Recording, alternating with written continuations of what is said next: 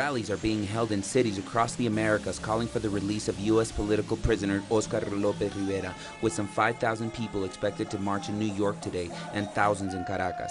Lopez Rivera is a key figure in the Puerto Rican independence movement of the 1970s, working as a community organizer and campaigner for social equality.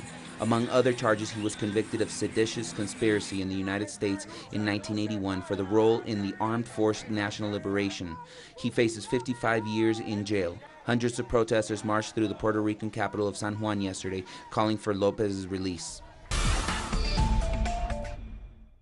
Also in the Americas, Cuba removal from the U.S. terror blacklist on Friday will benefit the island nation's economy and boost Washington's ailing relations with Latin America, experts in Havana have said. In the first place, we shouldn't have been in that list ever, because Cuba has never supported terrorist activities. As President Raul Castro has said, it is Cuba who has been the victim of terrorist activities. The move favors Washington, as all of Latin America recognizes Cuba and rejects the U.S. blockade, but it will also benefit Cuba.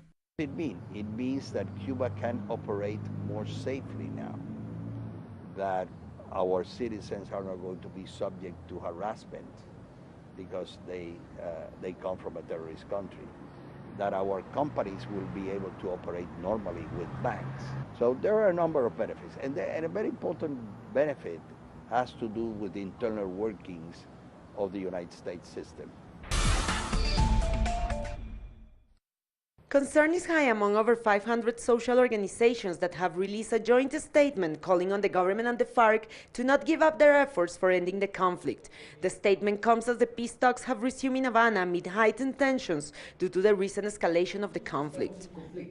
Even though none of the parties have suggested the talks be suspended, and rather they want the negotiations to continue. As the FARC has publicly stated, our concern is that after so many big blows with an impact on civilians, willingness will end up declining at some point.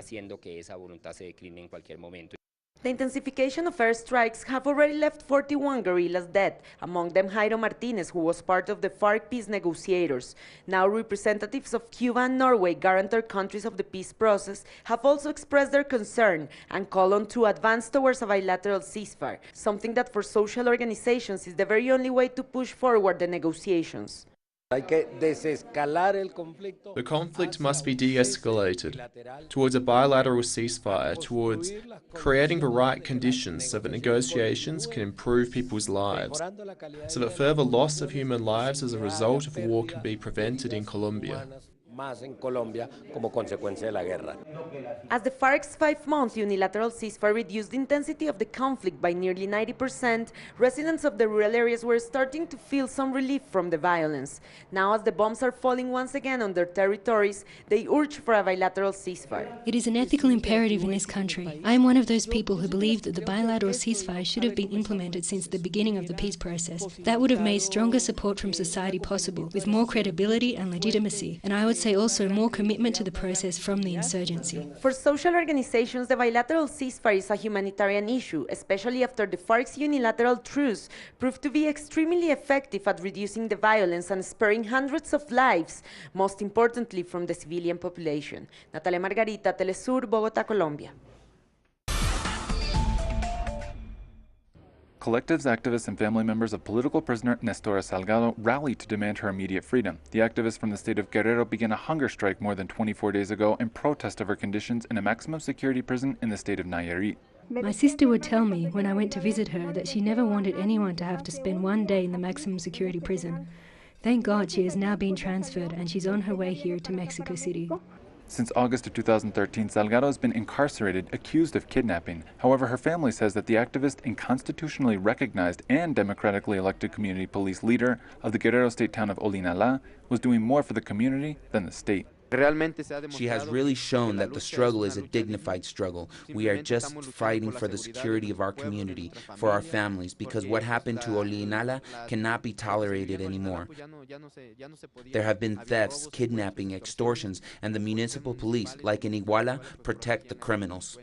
The mostly indigenous community police, or CRAC, in the state of Guerrero has 20 years self-organizing through communal assembly and with legal recognition to combat the region's high presence of organized crime and political corruption. Nestora Salgado was elected in 2012 to be a commander. Enough already. We say enough. Please unite. If you don't want to be a community police member with us, please, we need your support because a united people will never be defeated. Activists say that her strong character and power to organize against strong interests made her a dangerous target for corrupt politicians and organized crime members. There's a political malice towards her that has not been seen in the cases of other political prisoners to the same degree. So there is specific vengeance here because she is a woman. It is a form of submission applied by a patriarchal state. On Friday afternoon, Salgado was transferred to a minimal security prison in Mexico City, where she will receive medical treatment due to her extended hunger strike. It's expected that the family of Nestora Salgado, who is a legal U.S. citizen, will meet with lawmakers on Monday to try to negotiate her immediate release. Late last year, federal charges were dropped against Salgado. However, she remains incarcerated on state kidnapping charges. Clayton Khan, Telesur, Mexico City.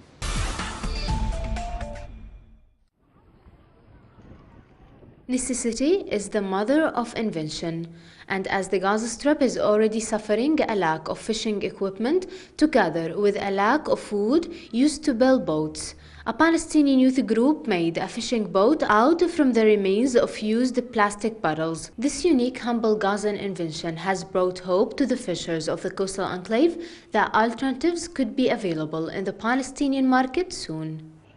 Sami Abu Watfa is one of the young men who participated in making the boat. He explained to Telesur how he and his friends Muhammad, Saib, Ahmed and Baha got the idea when they were walking on the beach, seeing hundreds of empty barrels thrown on the shores. My friends and I got the idea when we were walking around and looking around us, and we realized that there was no raw materials available for use, no iron, no wood, or anything to make a boat. And the paper is rarely available and very expensive because it's not allowed to pass through the borders. Even wood is not allowed to enter Gaza, so we decided to create our own boat with the empty bottles. It was the best way. The group of friends decided to sail by the boat every Friday afternoon in order to deliver a message to the international community about the Palestinians' youth ability to break the siege on Gaza. Argues that heat waves should be listed as a natural disaster so that more concrete steps can be taken. We created our own boat and we showed the Israelis that we can build what they don't want us to build. Our boat might not be perfect because of the lack of available materials, but I am positive that in the near future you will hear that it started sailing with the fishermen. The idea behind this plastic barrel boat is symbolic. Besides its fishing benefits, it was made to protest the Israeli decision of preventing the entry of food to Gaza, all under the pretext of Israel's security. Nur Harazin, Telesur TV, Gaza. As India waits for its annual monsoon season to start today, a heat wave has killed over 1,700 people throughout the country, mostly the poor, day laborers, elderly, and homeless people. Temperatures have risen past 46 degrees Celsius or 114 Fahrenheit in some parts of the country. Aruja Sinri, program manager at the Center for Science and Environment, argues that heat waves should be listed as a natural disaster so that more concrete steps can be taken.